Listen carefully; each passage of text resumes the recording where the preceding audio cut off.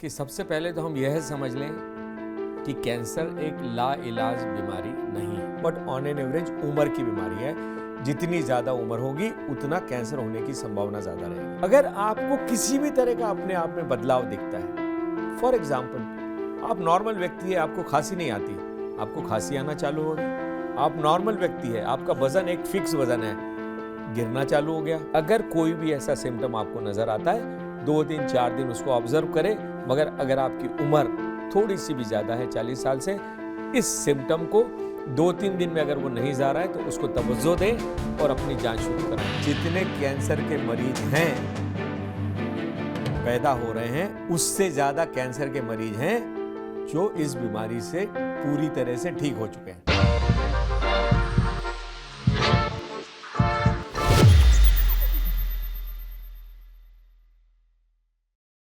नमस्कार, मैं हूं पंकज कुमार। इस खास पेशकश में मैं आपका परिचय एक ऐसे मेहमान से करा रहा हूं जो वैसे किसी परिचय के मोहताज नहीं है। वो बहुत बड़े डॉक्टर हैं और खास तौर पर उस बीमारी के डॉक्टर हैं जो कि लाइलाज माना जाता है। और सवाल यह भी है कि नॉन कम्युनिकेबल डिजीज में उस बीमारी की चर्चा बहुत होती है। कहा यह जाता है कि एक बार आप उस बीमारी से ग्रसित हो गए तो फिर उससे छुटकारा पाना मुश्किल है। हम ये समझने का प्रयास करेंगे कि क्या वाकई मुश्किल है। लेकिन जो शख्सियत हमारे साथ हैं उनसे मैं आपका परिचय करा दूं। इनका नाम डॉक्टर दिनेश पेंडारकर है और ये कैंसर स्पेशलिस्ट हैं। और मैं आपको ये बता दूं कि ये डायरेक्टर सर्वोदय हॉस्पिटल फरीदाबाद है। सवाल ये उठता है कि इनको कैंसर को लेकर के जो स्पेशलिटीज है उसके बारे में तो हम चर्चा करेंगे ही करेंगे, क्योंकि बहुत सारी डिग्रियां इनके पास है। ये fellow American society of clinical oncology भी हैं। तो आप समझ लीजिए कि इनका ग्लोबल एक्सपोजर है। ये पूरी दुनिया में क्या चल रहा है, कैंसर में लेटेस्ट टेक्नोलॉजी से कैसे उसका ट्रीटमेंट हो सकता है, सारी चीजें ये जानते हैं और इन्होंने बहुत सारे पेशेंट को ठीक भी किया। हम इनसे समझने का प्रयास करेंगे कि आखिरकार कैंसर कितनी बड़ी बीमारी है। कई तरह के सवाल हम इनसे करेंगे जो आपकी जानकारी के लिए बहुत जरूरी होगा, बहुत महत्वपूर्ण होगा। तो डॉक्टर दिनेश पेंडारकर, आपका बहुत बहुत स्वागत है हमारे स्टूडियो में। आप हमारे साथ आए हैं। मैं समझता हूं कि आप जो जानकारी देंगे दर्शकों को बहुत लाभान्वित करेगा, क्योंकि कैंसर को लेकर के लोगों के दिमाग में इतना बड़ा डर रहता है। एक बार जैसे ही सुनाई पड़ता है कि अमुक व्यक्ति को कैंसर हो गया, वो बहुत डर जाता है, वो बहुत घबरा जाता है। और खास तौर पर अब देखें तो इतने व्यापक पैमाने पे कैंसर फैलता जा रहा है कि हर तीसरे चौथे पांचवें आदमी को पता चलता है कि वो कैंसर से पीड़ित है। तो आखिरकार कैंसर इतना फैल क्यों रहा है और क्या ये वाकई लाइलाज बीमारी है? नमस्कार पंकज जी। और मैं बताना चाहूँगा कि सबसे पहले तो हम यह समझ लें कि कैंसर एक लाइलाज बीमारी नहीं है। कैंसर एक बीमारी नहीं है, यह कई तरह की बीमारियों का एक समूह है। इसमें कुछ बीमारियां हैं जो शायद लाइलाज हों, मगर ज़्यादातर बीमारियां वो हैं जो इलाज से ठीक हो जाती हैं। कई सारे फैक्टर हैं जो निर्धारित करते हैं कि कैंसर किस दिशा में बढ़ेगा, कितना ठीक होगा। इसलिए मेरी सबसे पहली गुजारिश आपसे यही रहेगी कि कैंसर को हम इलाज लायक बीमारी माने और किसी के पता पड़ने पर कि ये कैंसर है, अस्पताल में जाने के पहले मन बना के जाए कि मुझे ठीक होना है। और अगर आप मन बना के जाएंगे कि मुझे ठीक होना है तो विज्ञान इतना आगे पहुंच चुका है कि आपकी इसमें अवश्य मदद करेगा। मगर हमें इसमें डॉक्टर और स्वास्थ्य संस्था के साथ मरीज के निःशुल्क मरीज की अंदर से ताकत की बहुत ज़रूरत है कि वो आगे आकर इस इलाज में मदद करें, कैंसर को लाइलाज ना माने। मतलब आप ये कहना चाह रहे हैं कि मरीज वो ठीक हो सकते हैं जिनका विल पावर, जिनके अंदर की ताकत बहुत मजबूत हो।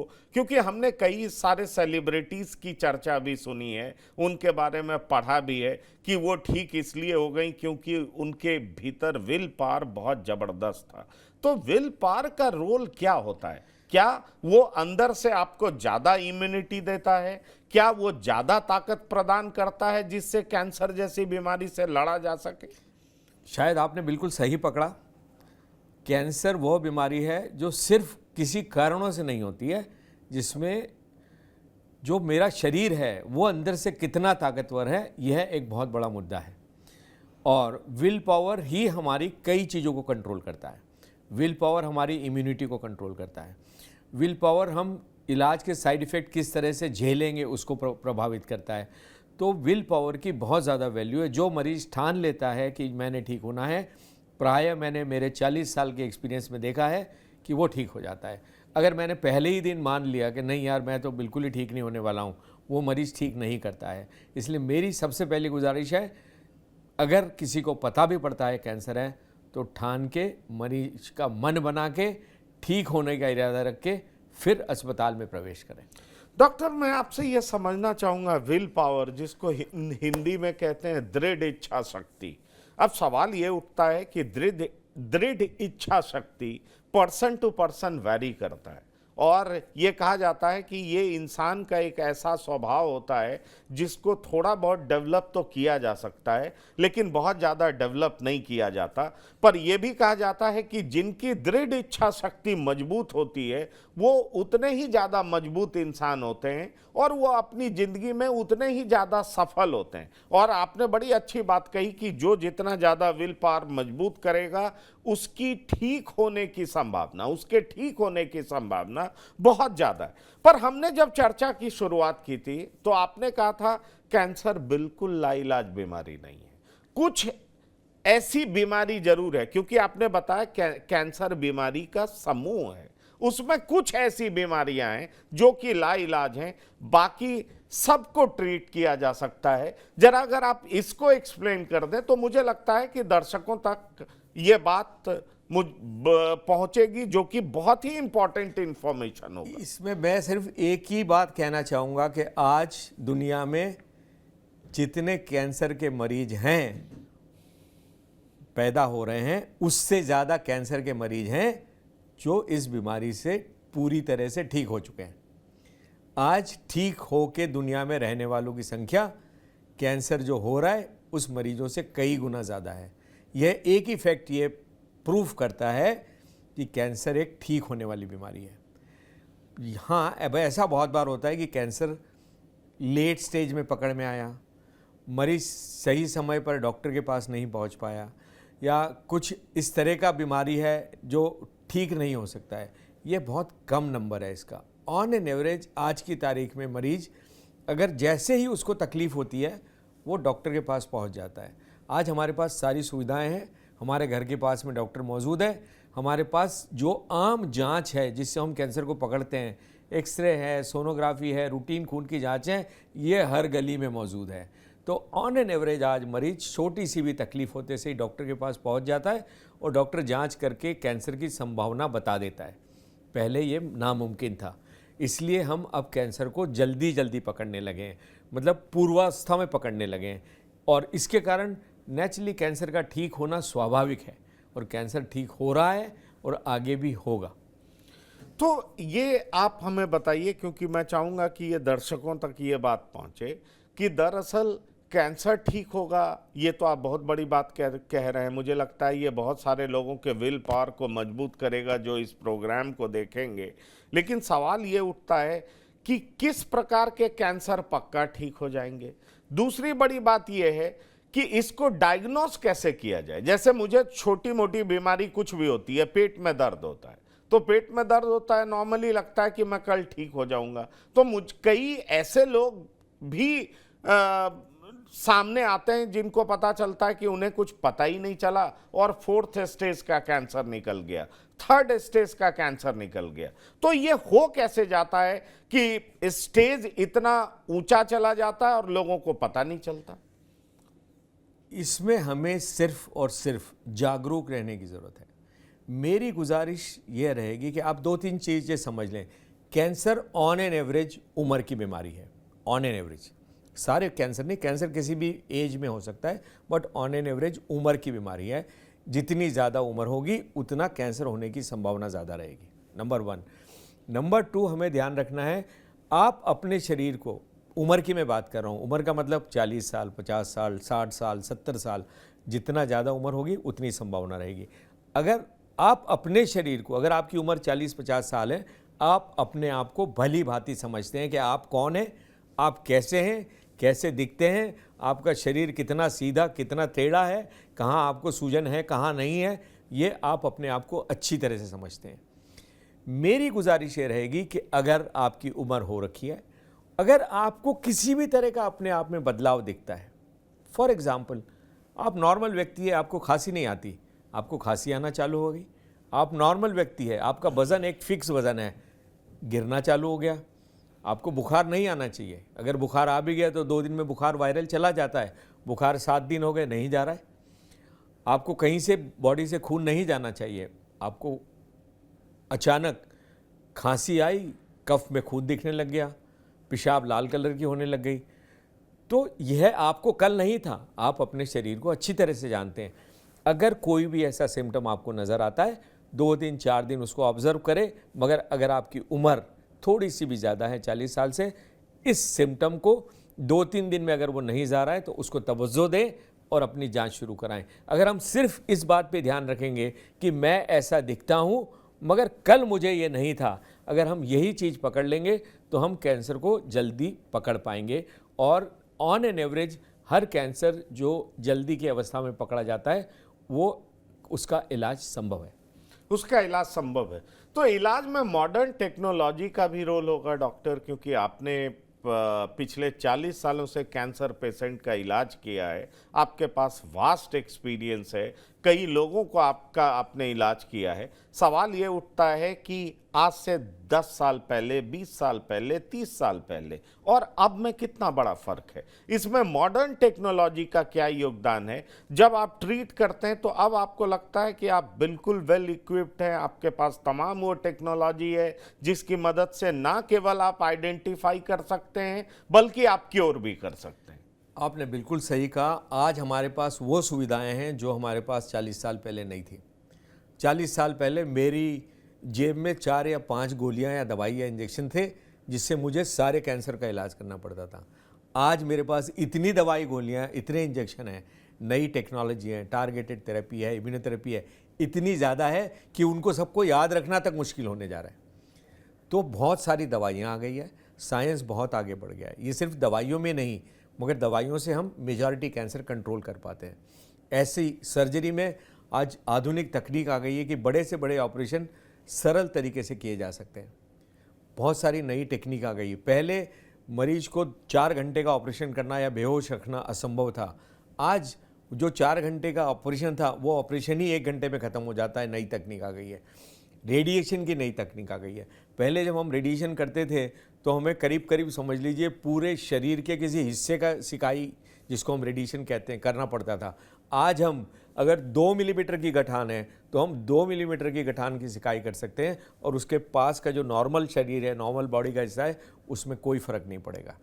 तो ये जो आधुनिक तकनीक आई है, इसके अलावा हमारे पास रेडिएशन के इंजेक्शन आ गए कि वो जो दवाई है, अगर उस 2 दवाइयों को हम साथ में मिल के अगर शरीर में लगा देंगे तो वो जो रेडिएशन के पार्टिकल है वो सिर्फ कैंसर की गठान में ही जाके बैठेंगे और लोकल रेडिएशन देके उसको ख़त्म कर देंगे। तो ये जितनी सारी नई तकनीक आई है, इससे कैंसर का इलाज मुमकिन हो गया है। और ये सारा इलाज, खुशी की बात यह है कि हमारे यहाँ उपलब्ध है। इसके लिए हमें कहीं जाने की ज़रूरत नहीं है। नहीं, पर बहुत तरह की बात इस तरीके से आती है कि किसी को कीमोथेरेपी दिया गया तो कीमो की वजह से जो कैंसरस सेल था, ठीक है, उसका तो इलाज हुआ, लेकिन उसके नॉर्मल सेल्स को भी बुरी तरीके से प्रभावित किया और इस वजह से वो बहुत कमज़ोर हो गए। बहुत तरह की दिक्कतें उनको आ गई, साइड इफ़ेक्ट्स बहुत झेलना पड़ा। तो इसकी क्या सच्चाई है? क्योंकि ये बार बार कहा जाता है कि कीमोथेरेपी दिया गया, रेडिएशन दिया गया, उससे कैंसरस सेल पे तो अटैक हुआ, लेकिन जो बॉडी का नॉर्मल सेल है उस पर भी अटैक हुआ और उसका भी जो नॉर्मल फंक्शनिंग है वो बदल गया, वो प्रभावित हुआ, वो चेंज हुआ। तो आदमी किसी तरीके से थोड़ा लंबा तो जी जाता है, लेकिन उसकी सारी गतिविधियां रुक जाती हैं, वो नॉर्मल रह नहीं पाता है। इसमें क्या सच्चाई है? इसमें सच्चाई ये है कि जब हमने इलाज कैंसर का चालू किया था, तब हमारे पास जो दवाइयाँ थी वो आप समझ लीजिए वो जो आप कह रहे हैं बिल्कुल सच है। उसको कीमोथेरेपी कहा जाता था।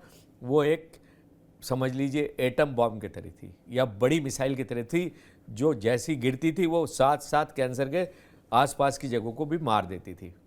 आज का जो युग है उसमें हमारे पास टारगेटेड ड्रग्स हैं, जो दवाइयाँ सिर्फ और सिर्फ कैंसर की सेल पर ही काम करती है, कैंसर के आसपास के एनवायरनमेंट पर ही काम करती है, बाकी शरीर को नुकसान नहीं पहुंचाती है। सो आजकल की कीमोथेरेपी में साइड इफ़ेक्ट नहीं के बराबर होते हैं। और चूंकि जो आपने कहा ये सच है, लोग ऐसा ही इस बारे में बोलते हैं क्योंकि इतिहास अगर हम देखें तो मरीजों ने यही देखा है ज़िंदगी में, परिवारों ने यही देखा है, इसलिए साइड इफ़ेक्ट की चर्चा होती है। आज की तारीख में साइड इफ़ेक्ट नहीं के बराबर है। मगर हमें एक चीज़ याद रखनी होगी, जो भी मेरे शरीर में बाहर से जा रहा है वो मेरे शरीर के लिए नॉर्मल नहीं है। और हर शरीर हर बाहर से आने वाली चीज़ को अलग अलग तरह से सहन करता है। एक व्यक्ति पूरी तरह से कर पाता है, एक कुछ कम करता है। छोटे मोटे साइड इफ़ेक्ट जो हमारी दर्द की दवाई है उससे भी होते हैं। मगर आज की कीमोथेरेपी बहुत सेफ़ है, बहुत ही टारगेटेड है। जो इम्यूनोथेरेपी है वो और भी टारगेटेड है। तो आज की जो दवाइयाँ हैं वो इस तरह की है कि उनके साइड इफ़ेक्ट नहीं के बराबर है। नहीं के बराबर है। अब मैं आपसे ये जानना चाहूँगा, क्योंकि ये अक्सर हमने सुना है, पढ़ा है, आप भी कहेंगे prevention is better than cure. Prevention के लिए क्या करना चाहिए एक इंसान को जो कि डरा रहता है कि कहीं मुझे कैंसर तो नहीं हो जाएगा, कहीं मैं इस बीमारी से ग्रसित तो नहीं हो जाऊंगा। तो एक आम इंसान को क्या ध्यान में रखना चाहिए जिससे कि वो कैंसर से बच सके। और इसके साथ ही मैं सवाल आपसे करना चाहूँगा कि आखिरकार आज के समय में इतना ज़्यादा एक तरफ हम टेक्नोलॉजी में बढ़ गए, मेडिकल साइंस में आगे बढ़ गए, लेकिन दूसरी तरफ बीमारियां भी बहुत ज़्यादा बढ़ रही हैं। तो इसकी वजह क्या है, बीमारियां इतनी ज़्यादा बढ़ क्यों रही हैं, और साथ ही साथ इससे बचने का उपाय क्या है कि हमें ये बीमारी हो ही ना। इस आपके सवाल को मैं दो तरह से लेना चाहूँगा। पहले तो ये कि कैंसर के जो हमें ज्ञात कारण क्या हैं, क्या मैं उनसे दूर हट के रह सकता हूँ। तो जो कैंसर के कारण हैं उसमें सबसे बड़ा कारण है हम मतलब जो अगर हम इंडिया के कैंसर लें तो तम्बाकू, दूसरा कारण है अल्कोहल, तीसरा कारण है मोटापा और चौथा कारण है क्रॉनिक इन्फेक्शन। तम्बाकू से दूर रखे मैं कैंसर को बच सकता हूँ, अल्कोहल से दूर रखे मैं कैंसर से बच सकता हूँ, मोटापा कम करके मैं कैंसर से बच सकता हूँ। और इन्फेक्शन, खास करके 2-3 इन्फेक्शन है जिनसे कैंसर होता है। एक हेपेटाइटिस जिसको हम कहते हैं जॉन्डिस, हम उसके वायरस के कारण कैंसर होता है। एक हमारी एसिडिटी की जो बीमारी है उसमें एक वायरस होता है एच पाइलोरी, उसके कारण कैंसर होता है। और एक सर्वाइकल कैंसर है, HPV नाम का इन्फेक्शन है, उससे होता है। तो हेपेटाइटिस के लिए हमारे पास हम सब आजकल सबको टीका लगने लगा है, बीमारी कम हो जाएगी। HPV के खिलाफ हम वैक्सीनेशन चालू कर रहे हैं, वो कम हो जाएगा। रहा सवाल हमारे एसिडिटी का, तो एसिडिटी को हमें सीरियसली लेना चाहिए और किसी को अगर एच पाइलोरी है तो इसका इलाज कराना चाहिए। तो इन्फेक्शन से भी हम बच सकते हैं। तो हम तम्बाकू से बच सकते हैं, हम अल्कोहल से बच सकते हैं, हम मोटापे से बच सकते हैं और इन्फेक्शन से बच सकते हैं। अगर हम ये 4 चीज़ों को कंट्रोल करेंगे, निश्चित मात्रा में कैंसर होने की संभावना बहुत बहुत कम हो जाएगी। और मैं आपसे यही, आपने बहुत अच्छी बात कही, कैंसर होने की संभावना बहुत कम हो जाएगी, बहुत बहुत कम हो जाएगी। पर मोटापा भी तो बड़ा कॉमन डिजीज़ है आजकल। मोटापा भी इस तरह की बीमारी हो चुकी है कि आम आदमी इससे इतना ज़्यादा परेशान है, बहुत तरह की कोशिशें करता है, मेहनत करता है, पता नहीं उसका डाइट किस तरह का हो जाता है, या कहते हैं हम सुबह से लेकर के रात तक इतने तरह की चीज़ों का प्रयोग करते हैं जो कि जिसमें म्यूटाजिन्स है, जो कि कैंसर कॉज कर सकता है। इस तरह की बात हम कहते हैं। हम पेस्ट यूज़ करते हैं, उसमें कुछ ऐसे केमिकल्स होते हैं जो कि कैंसरस है। हम प्लास्टिक के इतने सारे चीज़ें इस्तेमाल करते हैं, वो कैंसरस है। हम बहुत तरह का फास्ट फूड खाते हैं, वो कैंसरस है। और साथ ही साथ अगर हम ग्रीन लीफी वेजिटेबल्स भी खाते हैं तो उसमें इतने तरह के केमिकल्स का प्रयोग किया जाता है कि उससे बचना भी बहुत मुश्किल होता है। हम खाते तो ये सोच करके हैं कि हम लौकी खा रहे हैं, हम टमाटर खा रहे हैं, लेकिन उसमें इस तरह का इंजेक्शन दिया होता है, ऑक्सीटोसिन और तरह तरह की का इंजेक्शन, जो कि रातों रात उस सब्जी को बड़ा कर देता है। तो उस तरह का खाद्य पदार्थ जब हम लेते हैं तो वो हमारे शरीर में जाता रहता है, स्टोर होता है, और एक दिन पता चलता है कि हमें कैंसर की बीमारी हो गई, जबकि हम खाना खा रहे थे हरी सब्जी। हमारा खाने का स्टाइल बिल्कुल नॉर्मल था, हम कोई बहुत रेड मीट नहीं खा रहे थे, फिर भी हमें एक दिन पता चलता है कि हमें इस तरह की बीमारी हो गई। मैंने कैंसर के 4 कारण गिनाए और आपने कैंसर के बाकी सारे कारण गिनाए। मैंने जो 4 कारण गिनाए उसको आप कंट्रोल कर सकते हैं। आपने जितने कारण गिनाए उसको कोई भी कंट्रोल नहीं कर सकता। आप प्लास्टिक अवॉइड नहीं कर सकते, आप सब्जी अवॉइड नहीं कर सकते, आप किस तरह की फ्रूट सब्जियां बिक रही है वो आपके कंट्रोल में नहीं है। अनफॉर्चुनेटली वो आपके कंट्रोल से बाहर है। तो मेरी गुजारिश ये रहेगी, जो मैंने 4 फैक्टर बनाए जो आपके कंट्रोल में है उसको हम कंट्रोल करके चलें, मगर मोटापा आपके कंट्रोल में है। अगर आप अपने खाने पे पूरी तरह से ध्यान देंगे और वज़न कंट्रोल में लेके चलेंगे, अगर आप रेगुलर एक्सरसाइज करेंगे या अपने घर से ऑफिस तक पैदल जाएंगे या कुछ करेंगे, अगर हम हमारा मोटापा भी कंट्रोल कर लेते हैं तो ये जितने बाहर के फैक्टर्स हैं जो आपके कंट्रोल के बाहर हैं उनका असर हम पर थोड़ा कम होगा।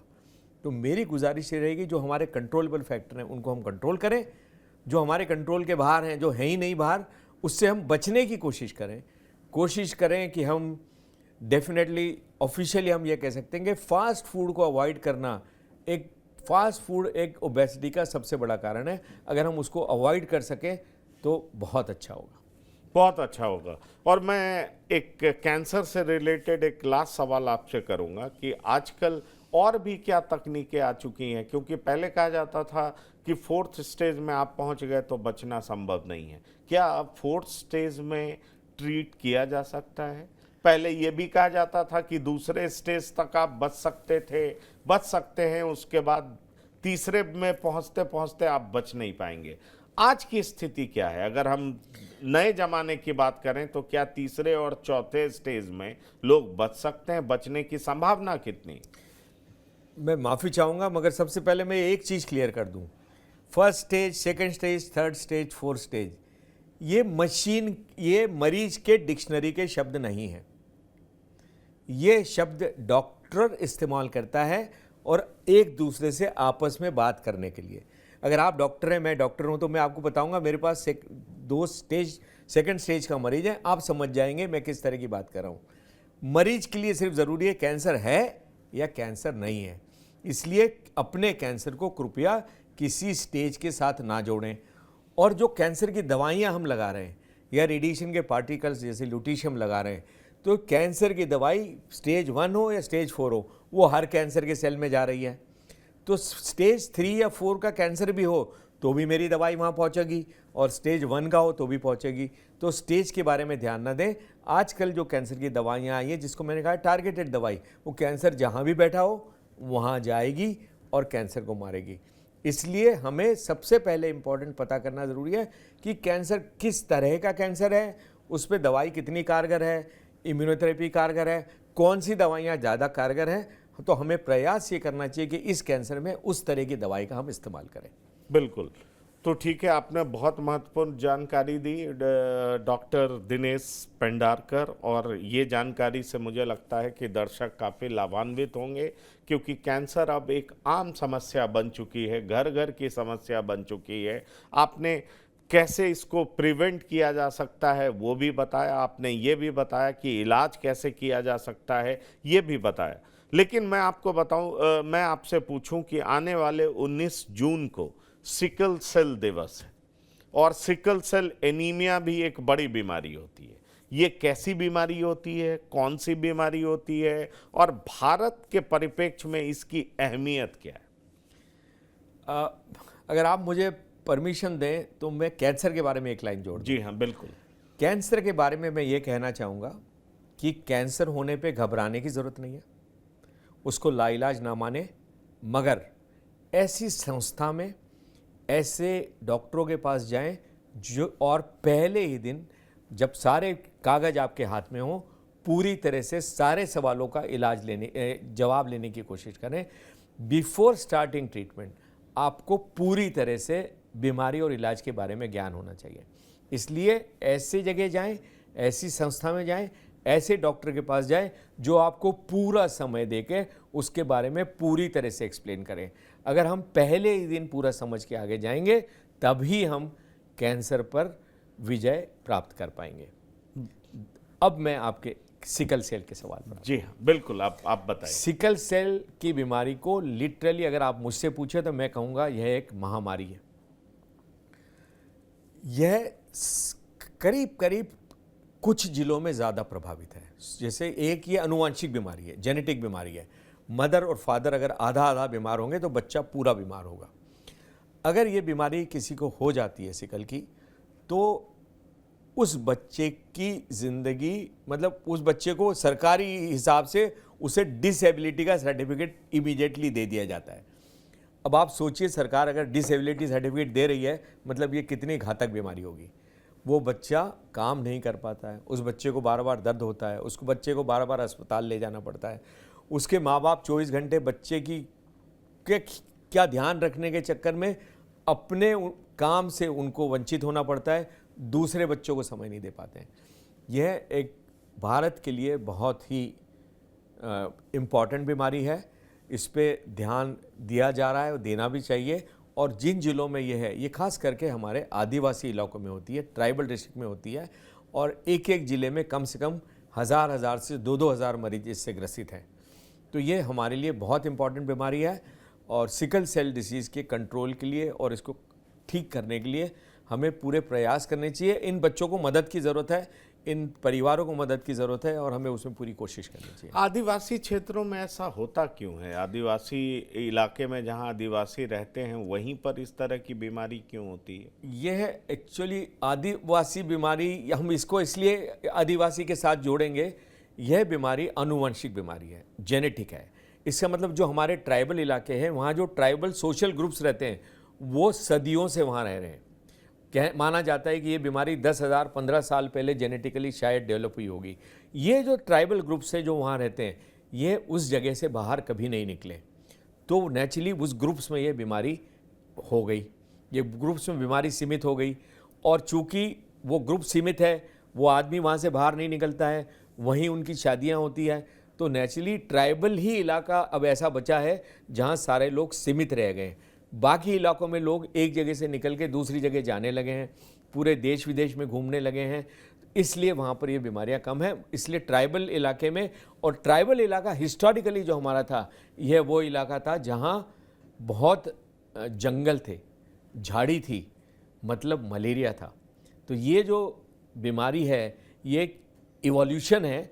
ये आदमी ने अपने आप को इस तरह के चेंज करके मलेरिया से बचने की कोशिश करी थी, और जिसको ये बीमारी हो जाती है, आदि बीमारी, उसे मलेरिया से उसकी मृत्यु नहीं होती, तो वो मलेरिया से बच जाता है। तो नेचर ने, भगवान ने, बायोलॉजी ने इस तरह से डेवलप किया अपने आप को कि ये जेनेटिक म्यूटेशन आ गया, मगर अनफॉर्चुनेटली इन इलाकों में ग्रुप्स, क्लोज ग्रुप होने के कारण ये वहाँ रह गया, वो रह गए। मैं आपसे ये भी समझना चाहूँगा कि सरकार खास तौर पर, क्योंकि आपने बताया कि ट्राइबल बेल्ट से जुड़ा हुआ ये मसला है, तो सरकार भी तो इसको लेकर के बहुत कदम उठा रही होगी, बहुत प्रयास कर रही होगी। सरकार इस बीमारी को लेके बहुत सीरियस है।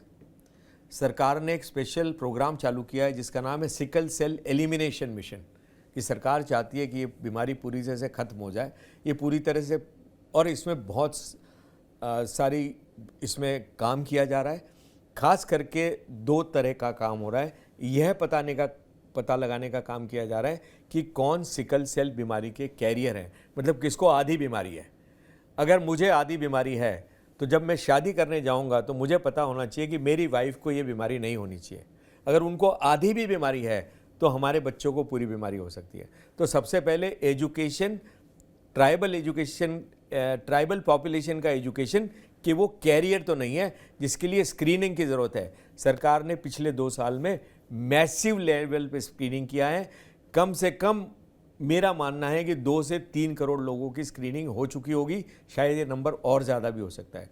तो बहुत बड़े युद्ध स्तर पर ये काम चल रहा है और मुझे लगता है इससे अच्छे परिणाम आएंगे और इससे आगे होने वाले सिकल सेल से पैदा होने वाले बच्चों की तादाद शायद कम हो जाएगी। मैं आपसे ये भी जानना चाहूँगा कि कैसे पहचाना जाता है कि ये बच्चा या ये आदमी सिकल सेल एनीमिक है, ये सिकल सेल एनीमिया से ग्रसित है, उसके लक्षण क्या हैं, कैसे पहचानते हैं उसको? सबसे पहले तो इन इलाकों में हमें यह करना पड़ेगा कि जो न्यू बॉर्न हो रहा है उसकी स्क्रीनिंग इमीडिएटली हो जानी चाहिए। उसको बोलते हैं newborn screening for sickle cell disease. कई इलाकों में चालू हुई है, मगर इसको हमें रूल बनाना पड़ेगा, क्योंकि हमें सस्पेक्ट करने में भी 1 आध साल लग जाता है। मगर अगर कोई छोटा बच्चा है जो पैदा हुआ है, जिसको खून की कमी नज़र आ रही है, जिसके हाथ पाँव में सूजन दिखाई दे रही है, उंगलियों में उंगलियां इतनी मोटी मोटी हो जाती है, अगर उंगलियां मोटी दिखाई दे रही है, इमीडिएटली उसकी सिकल सेल की हमें जांच करनी चाहिए। अगर बच्चा 1 साल से 5 साल का है, उसको बार बार वो अगर रोता है, ऐसा लगता है कि शायद उसे कोई तकलीफ़ हो रही है, और अगर वो इस इलाके से आता है तो उसकी सिकल सेल की टेस्टिंग ज़रूर कर लेनी चाहिए। तो इस हम शंका करके ही सिकल की टेस्टिंग कर पाएंगे, क्योंकि 3 साल बाद तो पता पड़ जाता है, क्योंकि मरीज को खून की आवश्यकता पड़ने लगती है, पेशेंट को बहुत बार पीलिया हो जाता है। तो हमें सस्पेक्ट करना पड़ेगा कि इसको सिकल है, खास करके अगर उसके मदर फादर इस इलाके से आते हो तो। आप कैंसर में अपना विशेष योगदान दे रहे हैं, पिछले 40 साल से आप मरीजों का इलाज कर रहे हैं। क्या सिकल सेल एनीमिया को लेकर के भी आप या आपकी टीम काफ़ी इलाज करती है? कि आपके पास इस तरह के पेशेंट्स आते हैं? आप अपना योगदान इस बीमारी को लेकर के किस तरीके से दे रहे हैं? सिकल सेल बीमारी भी जब हमने कार्य चालू किया था, हमारे डिपार्टमेंट की बीमारी, क्योंकि सिकल सेल बीमारी का एक इम्पॉर्टेंट इलाज है बोन मैरो ट्रांसप्लांटेशन, और हम और हमारी team bone marrow transplant expert है, नंबर 1। चूँकि कैंसर के लिए हम कई डिस्ट्रिक्ट्स में ऑलरेडी काम कर रहे हैं, और चूँकि सिकल सेल की बीमारी इन्हीं डिस्ट्रिक्ट्स में फैली हुई है, तो स्वाभाविक है हम सिकल के मरीज़ देखते हैं। हम सिकल के मरीज़ के लिए बहुत बड़ा प्रोग्राम चला रहे हैं। हम कोशिश कर रहे हैं कि कुछ जिलों को इतना एम्पावर कर दें कि वहाँ के छोटे से छोटे डॉक्टर को भी सिकल के बीमारी का ज्ञान हो जाए, जिससे कि सिकल के मरीज को अपने घर से निकल के अस्पताल तक जाने में जो कठिनाई होती है वो ना हो, कुछ सिकल का इलाज वहीं हो जाए। इसके लिए हमने कई ज़िले चुने हैं जहाँ हम रेगुलरली जा रहे हैं, ट्रेनिंग कर रहे हैं, सिकल के कैंप्स लगा रहे हैं, और भी हमारे पास ट्रांसप्लांट के लिए भी हमारे पास सुविधाएं हैं। हम अगर सिकल और थैलेसीमिया एक बीमारी होती है, उन बच्चों में अगर ट्रांसप्लांट की भी ज़रूरत है, तो हमारे पास ताकत है कि हम इस तरह के प्रोसीजर में कई हद तक, बड़ी हद तक फाइनेंशियल मदद भी इन बच्चों की कर सकते हैं। तो इस ट्रांसप्लांट में भी हम उनकी काफ़ी मदद कर पाएंगे अगर कोई ऐसे बच्चे आगे आते हैं तो। इसलिए हमारा ग्रुप, हमारा पूरा सिस्टम सक्षम है सब तरह की मदद पहुंचाने में, एजुकेशन से लेके इलाज तक। चलिए, और मैं एक अंतिम सवाल आपसे करूंगा जो कि सिकल सेल एनीमिया और कैंसर दोनों से जुड़ा होगा। आपने एक बात बताई कि सिकल सेल एनीमिया ज़्यादातर आदिवासी इलाके में, ट्राइबल बेल्ट में पाया जाता है, आपने ये बात कही। लेकिन एक सवाल मैं कैंसर से रिलेटेड करना चाहूँगा कि कहा यह जाता है कि गैंगेटिक प्लेन्स में कैंसर के पेशेंट्स ज़्यादा पाए जाते हैं, अगर मैं सच बोल रहा हूं तो। और सरकार ने एक रेड रिबन एक्सप्रेस भी चलाया है कि बहुत सारे उन इलाकों में जहां कैंसर के पेशेंट्स ज़्यादा पाए जाते हैं, उनके ट्रीटमेंट के लिए सरकार ने एक विशेष व्यवस्था की है, और जिस वजह से उस तरह की ट्रेन्स भी चलाई जाती है। तो ये गैंगेटिक प्लेन्स में और ख़ास तौर पर पंजाब के इलाके में भी, या आप बिहार यूपी के भी कुछ इलाके में जहाँ से गंगा बहती है, वहाँ पर कैंसर ज़्यादा क्यों होता है? इसकी बड़ी वजह क्या है? इस पर कई तरह की रिसर्च हो चुकी है, मगर हम किसी निष्कर्ष पर नहीं पहुँचे हैं। मगर हमें ध्यान देना ज़रूरी है, जिस कैंसर की हम इस इलाके में बात कर रहे हैं, बिहार, उत्तर प्रदेश की खास करके, कॉमनेस्ट कैंसर इस इलाके में होता है पित्त की थैली का कैंसर या गॉल ब्लैडर कैंसर, और ज़्यादा ये होता है महिलाओं में। क्या हम इसे अगर ये जल्दी पकड़ में आ जाए और अगर पित्त की थैली का ऑपरेशन हो जाए, यह कैंसर पूरी तरह से क्यूरेबल कैंसर है।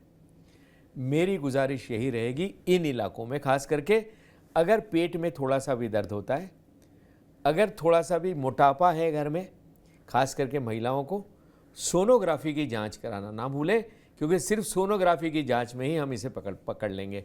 और अगर पित्त की थैली में पथरी की बीमारी है, जो फिर से इसी इलाके में सबसे ज़्यादा कॉमन है, तो अगर पथरी है पित्त की थैली में, अवश्य ऑपरेशन करा के पित्त की थैली निकलवाएं, क्योंकि अगर वहाँ पथरी पड़ी रहेगी तो पित्त का कैंसर ज़्यादा होगा।